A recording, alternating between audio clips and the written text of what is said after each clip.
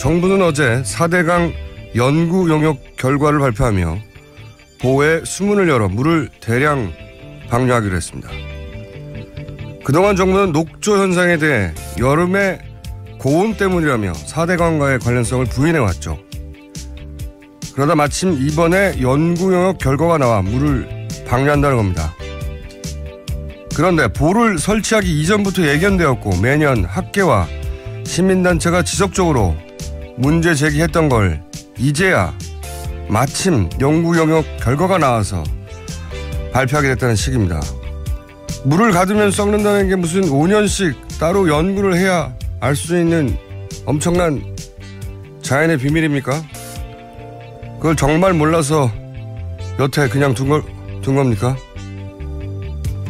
대통령이 파면이 되고 다음 정권이 들어설 시기가 다가오니까 그러는 거 아닌가요? 저는 다음 정권에 많은 걸 바라지 않습니다. 여태 불가능했던 것들이 마법처럼 다 해결될 거라고 생각하지도 않습니다. 다만 국민들을 상대로 사기는 더 이상 안 쳤으면 좋겠습니다. 이번 생각이었습니다. 네. 자, 9시 반이면 저희 방송이 끝난 직후네요. 네. 드디어 오늘 출석이죠? 네, 박근혜 전 대통령이 오늘 오전 9시 반 서울중앙지검으로 출석합니다. 혐의가 몇 가지더라고요. 네, 총 13가지인데요. 삼성으로부터 뇌물 433억 원 받은 등의 혐의를 포함해서요. 블랙리스트 혐의 등 다양합니다. 언론들은 여러 가지 이제 뭐 포인트를 짚고 있는데, 김은지 기자는 뭐가 관전 포인트입니까? 수사를 어떤 식으로 하느냐. 아니, 이제 오늘 출석과 관련해서 전체적으로 뭘 주목해서 보실 예정이에요? 예, 우선은 오늘 나오실지를 가장 주목해서 봐야 되지 나오죠. 않나 싶습니다. 오늘 나옵니다. 네. 여전히 걱정이 됩니다. 아프실 예정이다가 안 아프실 예정으로 바뀌었다고. 네. 몇 차례 나오지 않았던 전력이 있어서요. 여전히 반신반의하고 있습니다. 오늘은 나오실 예정인데 저는 개인적인 관전 포인트가 조사 도중에 아프실 예정이지 않을까. 조사 도중에.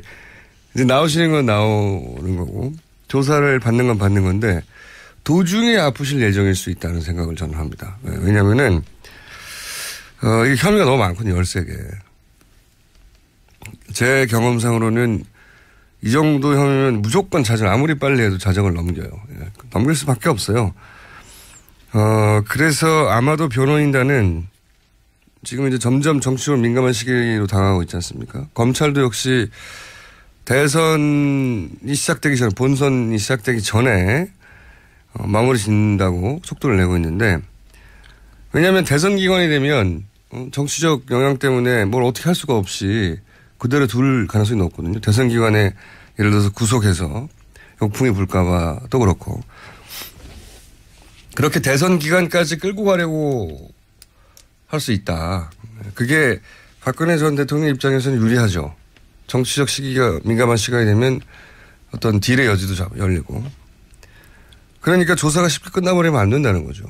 그런 관점에서 게다가 그동안 박근혜 전 대통령 혹은 최순실 변호인들이 굉장히 좋아했던 게 이제 강압수사, 압박수사 이런 거지 않습니까? 이런 프레임이었죠. 생각해보시면 최순실 씨 갑자기 민주주의 특검이 아니라고 그러고. 네, 자백을 강요하고 있다 이렇게 외쳤었죠. 박영재 씨 부인. 김영재 씨 부인요. 김영재 씨 부인 박채윤 씨도 아직 조사도 안 받았는데 호흡곤란으로 갑자기 앰뷸런스 실려간 거 생각났습니까? 예, 그렇죠. 병원 갔다 왔는데 정상이라고 나왔었죠. 네, 아무런 문제 없다고. 조사를 받기 전에 너무 일찍 퍼포먼스에 들어간 거죠.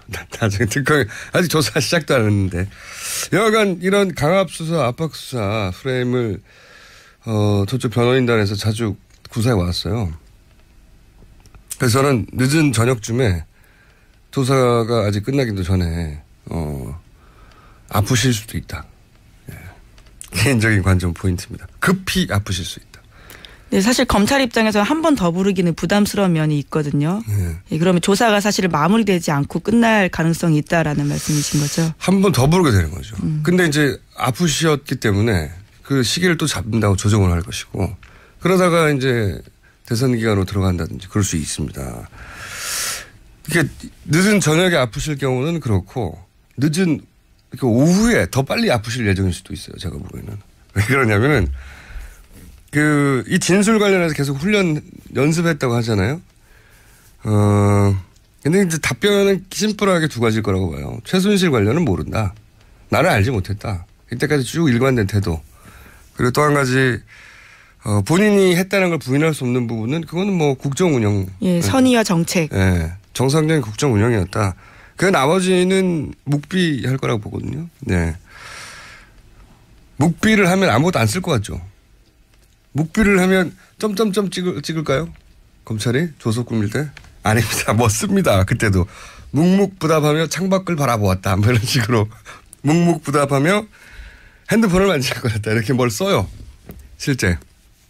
시간이 굉장히 걸려요. 근데 그 과정에서 묵비를 하다가 검찰도 이게 자주 오는 기회가 아닌데 당연히 말로만 묻겠어요. 뭐 안종범이나 또는 정우성 관련해 구체적인 진술, 뭐 녹취, 뭐 물증 이런 걸 탁 들이댈 수 있잖아요. 네, 핵심 증거들이죠. 네. 그때 묵비하기가 쉽지 않아요. 이게 묵비권 행사해 봤어요? 제가 행사해 봤는데 2번이나 이 조사받다가 묵비권을 계속 행사하기 진짜 쉽지 않아요. 뭔가 나오면 구체적인 게 나오면 답변하고 싶어요. 근데 옆에서 변호사가 대신 말해줄 수 없거든요. 절대. 말을 시작한 걸 막을 수도 없어요. 그래서 말이 한번 터지잖아요. 근데 변호사가 옆에서 보기에 이게 굉장히 불리하게 흘러가. 그럼 쉬는 시간 있잖아요. 쉬는 시간에 의논하에 급히 아프실 예정일 수도 있습니다. 그때. 제가 보기엔 그래서 이 기자들이 인근에 그 대형 병원, 가장 가까운 대형 병원에 미리 가 있으면 특종을 낼 수 있어요. 제가 보기에는 그런 가능성이 상당히 있다. 네. 늦은 오후에 아프실 때는, 불리한 증언을 했다. 불리하게 흘러간다. 그럴 때고. 늦은 저녁에 아프시면은, 무리하게, 늦게까지, 강압적으로.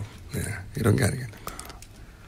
또 호칭에 대해서도 지적하는 법조인들이 있었는데요. 피의자라고 부를지 혹은 박근혜 전 대통령이라고 부를지에 따라서 조사받는 사람의 심리가 흔들릴 수도 있다. 이런 지적을 하더라고요. 뭐 그런 기법을 사용할 수는 있겠지만 네. 여하간 끝까지 묵비하기 굉장히 어렵거든요. 근데 말문이 터지는 순간 저는 불리하게 흘러갈 거라고 보고 그러면 이제 옆에 있던 변호인들이 판단해서 급히 아프실 예정으로 해서 이제 가까운 대학병원 뭐 있습니까? 있죠. 그 강남 세브란스 병원 같은데. 강남에 삼성병원도 있고요. 좀 더 멀어요. 더 가까운데 강남 세브란스. 예. 둘 중에 한 군데 기자들 미리 보내서 뻗치게 하시면. 네. 가장 가까운 병원은 가톨릭 성모병원입니다. 그래요? 예. 서울중앙지검에서. 세 군데 한 군데 미리 대기하시면 특종이 가능할 수도 있다. 예. 자, 다음 뉴스는요. 예. 제 관전 포인트는 그겁니다. 어떻게 이 난국을 헤쳐나갈 것인가. 정상적인 방법으로 안 되거든요. 너무 불리해. 방법이 뭐 있나요? 아프실 예정인 거죠. 다음은요. 네, 박근혜 전 대통령 삼성동 자택 인근에서는 계속해서 친박단체 집회가 열렸는데요. 친박단체들은 검찰 출두 자체를 반대한다라고 외치기도 했고요. 뿐만 아니라 자신이 정도령이라고 외치는 사람이 나체로 시위를 하게 됐었습니다. 축구 경기 같은 거 보다 보면 갑자기 관중이 난입해가지고 벗고 뛰잖아요. 예. 나체 시위를 하면서 이제 외치는 구호가 중요한데 굉장히 나체 시위도 정치적인 나체 시위도 많거든요. 예. 이 경우에는 정도령이다. 정도령 이렇게 외쳤다고 합니다. 어떤 의미인지는 잘 모르겠습니다. 정도령. 이게 예. 자기가 정도령이라는 건가 아니면 박근혜 전 대통령이 정도령이라는 건가요? 아마 본인을 지칭해서 했던 말인 것 같습니다. 현장 기자들의 이야기를 들어보면. 예. 나는 정도령이다 아니면 너는 정도령이다도 아니고 그냥. 이게 이제 뭐랄까요. 다 모이네요. 지난 며칠 전에는 마마라고 부르는 분도 오지 않았었나요? 네. 60대 여성분들이셨는데요. 정말 억울하고 원통해서 3일을 굶었습니다. 죄송합니다 마마. 이렇게 이야기했다고 합니다. 3일을 굶었다고? 네. 여기서 마마는 호환마마입니까? 이분들 서로 연락하나요? 굉장히 보기 드문 분들이 한꺼번에 다 나오시네. 네, 또 어제는 훈장 차림을 한 연두색 두루마기와 정자관을 쓴 분이요. 국민교육헌장을 읽기도 했다고 합니다. 그 앞에서요. 아니 훈장 복장을 하고 왜 국민교육원장을. 네, 네, 그 이유도 정확하게 모르겠습니다. 참 이분들 연락하나 봅니다 서로. 예. 퍼포먼스 현장입니다. 자, 이게 이런 식으로 학교 근처고 주택가인데 벌어지면은 이 주변 주민은 어떡하나요? 네, 그래서 지난 4일간요. 112에 신고된 건만 150건 가까이 된다고 하는데요. 주민들 신고 내용을 보면 이렇습니다. 일행과 대화하는데 옆에서 대화 듣고 박사마 회원 7명 가량이 몰려와서 사과하라 이렇게 외쳤다고 하고요. 아, 옆에서 듣는다고? 예. 그 듣는데 지나가다가 왜 사과하라는 거예요? 들리지 않게 말을 하던가. 네. 게다가 박사모로부터 태극기를 들지 않았다는 이유로 빨갱이 나타났다라는 이유로 때렸다라는 겁니다. 그래서 폭행당했다 신고도 했었고요. 네.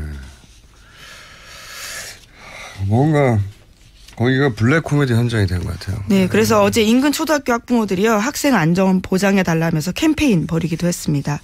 그런데 그 캠페인을 향해서도요 조작된 거 아니냐, 어디서 왔냐 이렇게 소리 질렀다고 합니다. 박근혜 대통령이 돌아가라고 한마디만 하면 되는데 예.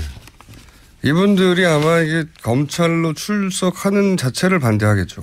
막았을 것 같아요. 네네. 예. 오늘 그렇게 할 거라고 합니다. 그래도 박근혜 대통령 지금 지지율 조사하면 제 생각에 4~5% 나옵니다. 예. 이분들이 있어요. 그 지지율이 제가 보기에는 김진태 후보에게 가리지 않을까. 아직 김진태 후보를 여론조사에 포함한 결과가 발표된 적이 없는데 제 생각에 한 4~5% 정도 나올 것 같아요. 그분이. 지난주 갤럽 조사부터 이름을 올리기 시작했습니다. 그래요? 예. 네. 이제 본 경선에 올라갔죠. 네. 네. 4~5%까지도 가능하다 저는 개인적으로 생각하는데 그 얘기는 이따 이제 관련 뉴스 남은 얘기하기로 하고 자 다음 뉴스는요. 네, 어제 최순실 씨 형사재판 열렸는데요. 여기에 권오준 포스코 회장이 나왔습니다. 직접 나와서 이렇게 이야기했는데요. 박근혜 전 대통령으로부터 여자 배드민턴 팀 창단 요구를 직접 받았다 이렇게 진술을 했는데요. 또 박 전 대통령 독대 이후에는 안종범 전 수석이 WK 조성민 대표의 전화번호를 건네주면서 만났다라는 증언도 했습니다. 이게 이런 거예요. 예를 들어서 검찰이 이 진술 이미 가지고 있을 거 아닙니까. 검찰이. 예를 들어서 왜 직접 그 배드민턴 팀 창단 요구를 했냐. 그럼 이건 스포츠 발전을 위해서 내가 나선 거다. 여기서 끝날 줄 알겠죠. 그런데 왜 그걸 WK가 맞도록 했냐. WK는 최순실 씨 회사란 말이죠.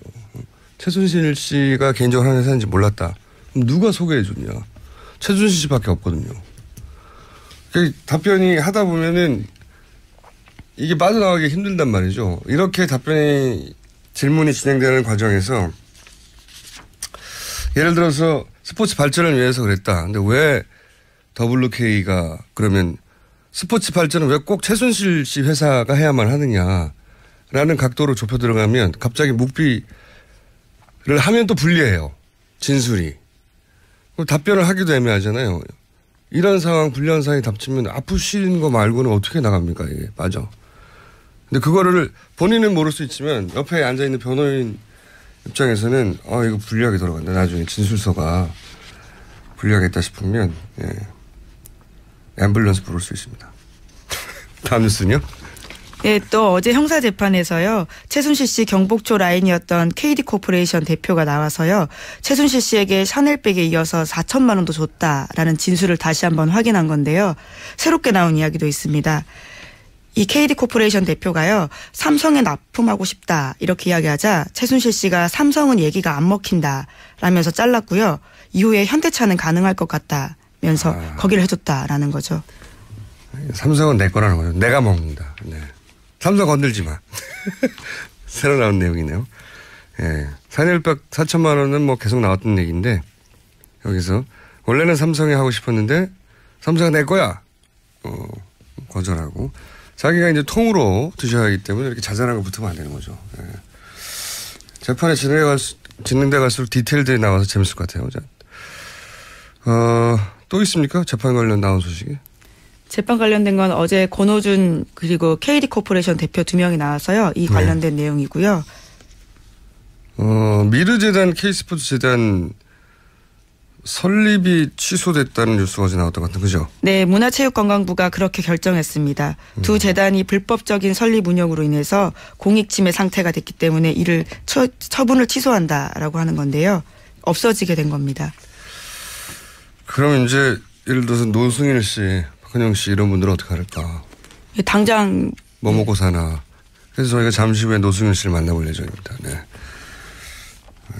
자, 다음 주는요? 정유라 씨 쪽이 덴마크 검찰의 한국 송환 결정에 불복해서 지난 17일에 법원에 이의 제기를 공식 접수했는데요. 그런데 그날 오후에 정유라 씨 변호사가 자택에서 숨졌다고 합니다. 아, 참. 이 집안 주변은 말이죠. 이제 의문사가 많아요. 네. 이 사망이 어떤 의혹이 있다. 그건 현재까지는 모르겠으나 10년 이내만 따져도 박정희 생가보존회장 의문에 아무 이유 없는 의문의 살해를 당하죠. 네, 살인 사건이었죠. 네, 근데 이제 정치적으로 따지면 이 박정희 생가보존회장이 사망하면서 사실은 당시에 친박연대가 그 지역에 상당히 선전했어요. 네, 결과적으로는 그렇습니다. 그리고 뭐 가까이는 오천 살인 사건 얼마나 이상한 주부이 많습니까? 라면 먹다가 죽고. 가장 최근만 해도 박지만 씨 비서 신궁 변호사 이분이 별로 중요한 역할이 아니다는 듯이 경찰에서는 발표했지만 제가 알기로는 오천 살인 사건 현장에 있었던 걸로 유력하게 추정되는 인물이거든요. 중요한 인물이었는데 여하간 갑자기 또 이렇게 젊은 사람이 의문사를 하니까 이상하죠. 네, 아직까지 사망 원인이 알려지고 있지 않다고 합니다. 뭐 젊은 사람이니까 또 심근경색이나 이런 게 나오겠죠. 네. 으스스한 무슨 음모가 있다 이런 얘기가 아니라 죽어요. 자꾸 으스스한 가족이에요. 그것만 틀림없어요. 아마 이제 워낙 관심을 끄는 사건이니까 그쪽에서도 유력한 변호사였다고 하니 유명한 변호사였다고 하니 뭐 부검 결과나 이런 게 나오겠죠. 아마 심근경색의 한 표 걸어봅니다. 자, 뉴스 한두 개 정도 제목 읽을 수 있을 것 같습니다. 예. 네, 어제 자유한국당 본 경선이 후보가 결정됐는데요. 김관용, 김진태, 이인재, 홍준표 후보가 본선에 진출했습니다. 이제 본 경선이 다 시작됐군요. 모든 원내정당이. 역시 이인재 후보에게 눈이 가죠. 네. 이분이 제가 알기로는 국내 최다 대선 출마자이자 그 사이에 당적이 변경된 게 15번인가 그래요. 네. 15번이나 되나요? 당적이 변경된 게. 본인이 가만히 있는데 당명이 변경된 경우도 물론 있습니다. 예. 네. 그렇지만 15번은 이게 제가 알기로는 세계 신기록이거든요. 앞으로 경신될 수 없는 불멸의 기록으로 나올 거라고 보고 대선 4번 출마하는 것도 97년 처음 나온 이후에 지난 2012년 빼고는 매년 대선 출마하셨단 말이죠. 네. 이번에 나오고 한 번 더 나오실 수 있을 것 같아요. 나이로 볼 때. 예. 불멸의 기록이다. 눈이 간다.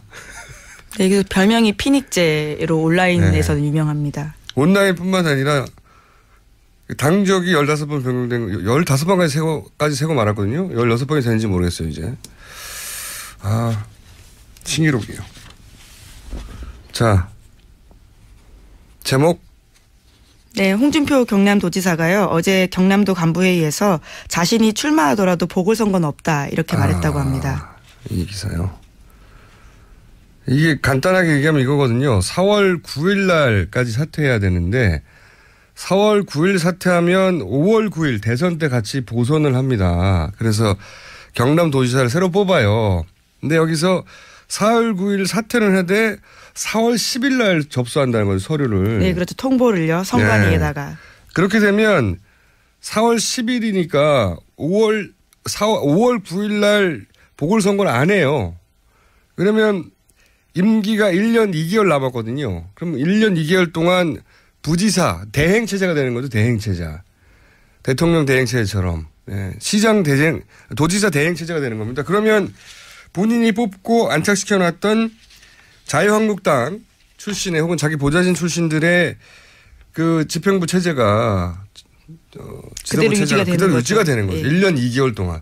이거는 진짜 얍삽한 거거든요. 이렇게 하면 안 되고 이게 말이 됩니까? 그 법에 빈틈을 노린 건데 이거 어떻게 됩니까 이거. 이건 말이 안 되는 거예요. 법적으로는 어떻게 할 수 없는데 이건 욕먹어야 됩니다. 그리고 안타깝게도 저희가 잠재 대선 후보로 인터뷰했던 김진 전 중앙일보 논설위원은 탈락하셔가지고 네, 안타깝네요. 미리 인터뷰해뒀는데. 자, 여기까지 하겠습니다. 시사인의 김은지였습니다. 감사합니다. 변호인단이 판단해서 급히 아프실 예정으로 해서 이제 가까운 대학병원 뭐 있습니까? 있죠. 그 강남 세브란스 병원 같은데. 강남에 삼성병원도 있고요. 좀 더 멀어요. 예, 가까운데 예, 강남 예. 세브란스. 예. 둘 중에 한 군데 기자들 미리 보내서 뻗치게 하시면. 네. 가장 가까운 병원은 가톨릭 성모병원입니다. 그래요? 예. 서울중앙지검에서. 세 군데 한 군데 미리 대기하시면 특종이 가능할 수도 있다. 예. 자, 다음 뉴스는요. 예. 제 관전 포인트는 그겁니다. 어떻게 이 난국을 헤쳐나갈 것인가. 정상적인 방법으로 안 되거든요. 너무 불리해. 예. 방법이 뭐 있나요? 아프실 예정인 거죠. 자, 다음은요. 네, 박근혜 전 대통령 삼성동 자택 인근에서는 계속해서 친박단체 집회가 열렸는데요. 친박단체들은 검찰 출두 자체를 반대한다라고 외치기도 했고요. 뿐만 아니라 자신이 정도령이라고 외치는 사람이 나체로 시위를 하게 됐었습니다. 이거 축구 경기 같은 거 보다 보면 갑자기 관중이 난입해가지고 벗고 뛰잖아요. 예. 나체 시위를 하면서 이제 외치는 구호가 중요한데 굉장히 나체 시위도 정치적인 나체 시위도 많거든요. 예. 이 경우에는 정도령이다. 정도령 이렇게 외쳤다고 합니다. 어떤 의미인지는 잘 모르겠습니다. 정도령. 이게 예. 자기가 정도령이라는 건가요? 아니면 박근혜 전 대통령이 정도령이라는 건가요? 아마 본인을 지칭해서 했던 말인 것 같습니다. 현장 기자들의 이야기를 들어보면. 예, 예. 나는 정도령이다. 아니면 너는 정도령이다도 아니고 그냥. 이게 이제 뭐랄까요. 다 모이네요. 지난 며칠 전에는 마마라고 부르는 분도 오지 않았었나요? 네, 60대 여성분들이셨는데요. 정말 억울하고 원통해. 정부는 어제 4대강 연구 용역 결과를 발표하며 보호에 수문을 열어 물을 대량 방류하기로 했습니다. 그동안 정부는 녹조 현상에 대해 여름의 고온 때문이라며 4대강과의 관련성을 부인해왔죠. 그러다 마침 이번에 연구 용역 결과가 나와 물을 방류한다는 겁니다. 그런데 보를 설치하기 이전부터 예견되었고 매년 학계와 시민단체가 지속적으로 문제 제기했던 걸 이제야 마침 연구 용역 결과가 나와서 발표하게 됐다는 식입니다. 물을 가두면 썩는다는 게 무슨 5년씩 따로 연구를 해야 알 수 있는 엄청난 자연의 비밀입니까? 그걸 정말 몰라서 여태 그냥 둔 겁니까? 대통령이 파면이 되고 다음 정권이 들어설 시기가 다가오니까 그러는 거 아닌가요? 저는 다음 정권에 많은 걸 바라지 않습니다. 여태 불가능했던 것들이 마법처럼 다 해결될 거라고 생각하지도 않습니다. 다만 국민들을 상대로 사기는 더 이상 안 쳤으면 좋겠습니다. 이번 생각이었습니다. 네. 자, 9시 반이면 저희 방송이 끝난 직후네요. 네. 드디어 오늘 출석이죠? 네, 박근혜 전 대통령이 오늘 오전 9시 반 서울중앙지검으로 출석합니다. 혐의가 몇 가지더라고요. 네, 총 13가지인데요. 삼성으로부터 뇌물 433억 원 받은 등의 혐의를 포함해서요. 네. 블랙리스트 혐의 등 다양합니다. 언론들은 여러 가지 이제 뭐 포인트를 짚고 있는데, 김은지 기자는 뭐가 관전 포인트입니까? 수사를 어떤 식으로 하느냐. 아니, 이제 오늘 출석과 관련해서 전체적으로 뭘 주목해서 보실 예정이에요? 예, 우선은 오늘 나오실지를 가장 주목해서 봐야 되지 않나 싶습니다. 오늘 나옵니다. 네. 여전히 걱정이 됩니다. 아프실 예정이다가 안 아프실 예정으로 바뀌었다고. 네. 몇 차례 나오지 않았던 전력이 있어서요. 여전히 반신반의하고 있습니다. 오늘은 나오실 예정인데 저는 개인적인 관전 포인트가 조사 도중에 아프실 예정이지 않을까. 조사 도중에. 이제 나오시는 건 나오는 거고 조사를 받는 건 받는 건데 도중에 아프실 예정일 수 있다는 생각을 저는 합니다. 왜냐면은 이게 혐의가 너무 많거든요. 13개. 제 경험상으로는 이 정도 혐의면 무조건 자정, 아무리 빨리 해도 자정을 넘겨요. 넘길 수밖에 없어요. 그래서 아마도 변호인단은 지금 이제 점점 정치적으로 민감한 시기로 다가가고 있지 않습니까? 검찰도 역시 대선이 시작되기 전에, 본선이 시작되기 전에 마무리 짓는다고 속도를 내고 있는데 왜냐하면 대선 기간이 되면 정치적 영향 때문에 뭘 어떻게 할 수가 없이 그대로 둘 가능성이 높거든요. 대선 기간에 예를 들어서 구속해서 역풍이 불까 봐도 그렇고 그렇게 대선 기간까지 끌고 가려고 할 수 있다. 그게 박근혜 전 대통령 입장에서는 유리하죠. 정치적 시기가 민감한 시간이 되면 어떤 딜의 여지도 열리고 그러니까 조사가 쉽게 끝나버리면 안 된다는 거죠. 그런 관점에서 게다가 그동안 박근혜 전 대통령 혹은 최순실 변호인들이 굉장히 좋아했던 게 이제 강압수사, 압박수사 이런 거지 않습니까? 이런 프레임이었죠. 생각해보시면 최순실 씨 갑자기 민주주의 특검이 아니라고 그러고. 네, 자백을 강요하고 있다 이렇게 외쳤었죠. 박영재 씨 부인. 김영재 씨 부인요. 김영재 씨 부인 예. 박채윤 씨도 예. 아직 조사도 안 받았는데 호흡곤란으로 갑자기 앰뷸런스 실려간 거 생각났습니까? 예, 그렇죠. 병원 갔다 왔는데 정상이라고 나왔었죠. 네, 아무런 문제 없다고. 조사를 받기 전에 너무 일찍 퍼포먼스에 들어간 거죠. 나중에 특검이 아직 조사 시작도 안 했는데. 여하간 이런 강압수사, 압박수사 프레임을 저쪽 변호인단에서 자주 구사해 왔어요. 그래서 저는 늦은 저녁쯤에 조사가 아직 끝나기도 전에 아프실 수도 있다. 예. 개인적인 관점 포인트입니다. 급히 아프실 수 있다. 네, 사실 검찰 입장에서 한 번 더 부르기는 부담스러운 면이 있거든요. 예, 그러면 조사가 사실 마무리되지 않고 끝날 가능성이 있다라는 말씀이신 거죠. 한 번 더 부르게 되는 거죠. 근데 이제 아프셨기 때문에 그 시기를 또 잡는다고 조정을 할 것이고 그러다가 이제 대선 기간으로 들어간다든지 그럴 수 있습니다. 이게 늦은 저녁에 아프실 경우는 그렇고 늦은 오후에 더 빨리 아프실 예정일 수도 있어요. 제가 보기에는. 왜 그러냐면은 이 진술 관련해서 계속 연습했다고 하잖아요.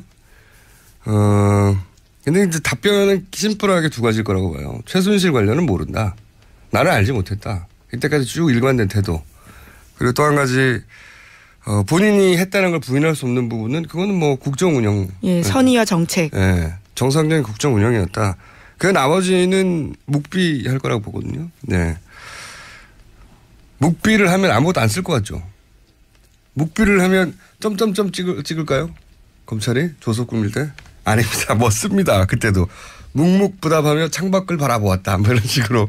묵묵부답하며 핸드폰을 만질 거였다. 이렇게 뭘 써요. 실제. 시간이 굉장히 걸려요. 근데 그 과정에서 묵비를 하다가 검찰도 이게 자주 오는 기회가 아닌데 당연히 말로만 묻겠어요. 뭐 안종범이나 또는 정우성 관련된 구체적인 진술. 뭐 녹취, 뭐 물증 이런 걸 탁 들이댈 수 있잖아요. 네, 핵심 증거들이죠. 네. 그때 묵비하기가 쉽지 않아요. 이게 묵비권 행사해 봤어요? 제가 행사해 봤는데 2번이나 이 조사받다가 묵비권을 계속 행사하기 진짜 쉽지 않아요. 뭔가 나오면 구체적인 게 나오면 답변하고 싶어요. 근데 옆에서 변호사가 대신 말해줄 수 없거든요, 절대. 그 말을 시작한 걸 막을 수도 없어요. 그래서 말이 한번 터지잖아요. 근데 변호사가 옆에서 보기에 이게 굉장히 불리하게 흘러가. 그럼 쉬는 시간 있잖아요. 쉬는 시간에 의논하에 급히 아프실 예정일 수도 있습니다. 그때. 제가 보기엔 그래서 이 기자들이 인근에 그 대형 병원, 가장 가까운 대형 병원에 미리 가 있으면 특종을 낼 수 있어요. 제가 보기에는 그런 가능성이 상당히 있다. 네. 늦은 오후에 아프실 때는 불리한 증언을 했다. 불리하게 흘러간다 그럴 때고 늦은 저녁에 아프시면은 무리하게 늦게까지 강압적으로 이런 게 아니겠는가. 또 호칭에 대해서도 지적하는 법조인들이 있었는데요. 피의자라고 부를지 혹은 박근혜 전 대통령이라고 부를지에 따라서 그런 거 하지 마세요. 조사받는 사람의 심리가 흔들릴 수도 있다 이런 지적을 하더라고요. 뭐 그런 기법을 사용할 수는 있겠지만 네. 여하간 끝까지 묵비하기는 굉장히 어렵거든요. 근데 말문이 터지는 순간 저는 불리하게 흘러갈 거라고 보고 그러면 이제 옆에 있던